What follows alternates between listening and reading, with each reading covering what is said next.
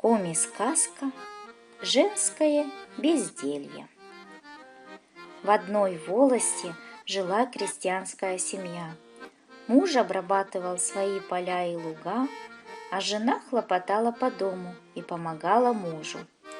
Настало лето, а там недалеко и страда.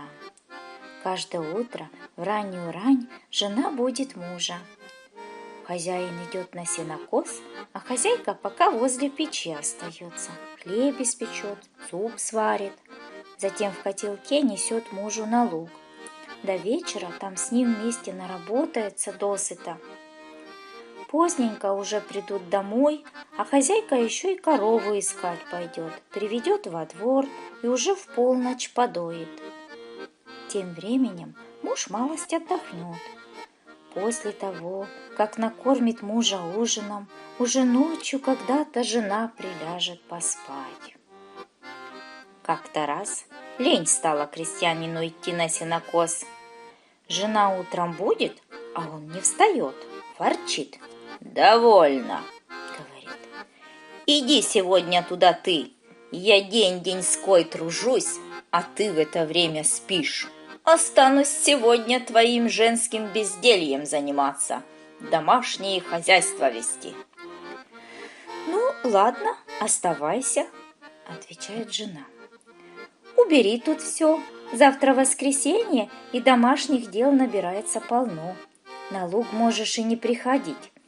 Рабочую одежду надо постирать, тесто замесить, ячменную крупу истолочь, кринку сметаны на масло взбить». «Тоже мне работа!» — отмахнулся хозяин. «Пустяки все это!» «Ничего не забудь», — говорит жена. «Я тебе все приготовлю». Замочила для стирки кучу грязной одежды, принесла на стол кринку сметаны взбить масло, замесить тесто муки, на крупу истолочь ячменя в миске и велела еще присмотреть за курами. Ушла жена на луг, а мужик и рассуждает про себя.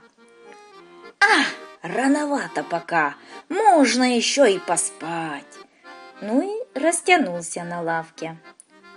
В полдень проснулся и давай спешить побыстрей переделать все дела.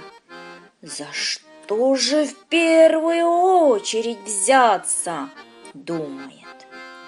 На глаза попалась нестиранная одежда. Схватил ее комом и спустился к реке. Опустил в воду, да там и оставил.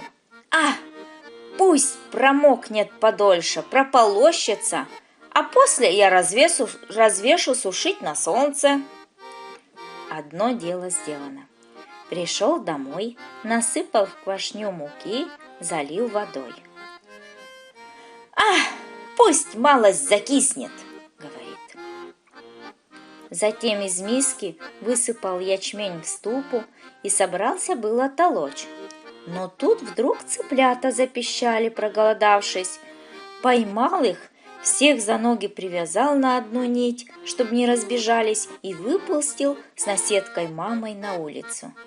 Снова начал зерно толочь. Да тут вспомнил про горшок со сметаной. Веревочкой схватил горшок и повесил себе на шею. Обрадовался своей находчивости. Буду крупу толочь и масло взбивать, за раз все работы сделаю. Наседка тем временем залезла в огород и за собой цыплят потянула. Откуда-то неожиданно большой коршун налетел и наседку со всеми нанизанными на нить цыплятами своим детям утащил. Услышал хозяин кудахтанье и быстрее ринулся на улицу, хотел отбить у коршуна наседку с выводком. Из-за спешки он боданул лбом об косяк, и горшок со сметаной полетел на пол и разбился. С досады забыл и двери прикрыть. А тут рядом свиньи оказались и быстренько нашли дорогу в избу. Одна свинья свалила ступу, другая прибрала крупу. Вернулся бедный мужик в избу, смотрит и диву дается. Полон дом свиней. Еле выгнал их. Загрустил хозяин. Эх, скоро жена придет, а я пока ничего не сделал. Погоди-ка, побыстрее к реке сбегаю, думает. Спустился к берегу за бельем. А речка у них довольно быстрая была. Ищет мужик свою одежду, что в воде оставлял, и не видит. Течением унесло, видать, пробормотал и грустный зашагал обратно домой. Нечего делать мужику. Сел на лавку и стал ждать возвращения жены. Уже поздно вечером пришла она и спрашивает. «Ну, все ли сделано?» «Все», — отвечает дядька. «Стиранная одежда высохла?» «Водой унесло». «А куры где?»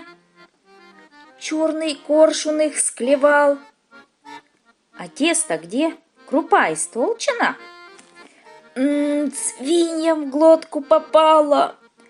«Ну, хоть масло-то дай». «Горшок сметаны выпал, дьявол этакий, и разбился». Ох, и попало мужу от жены. Больше никогда он не завидовал работе жены, ее домашнему безделью.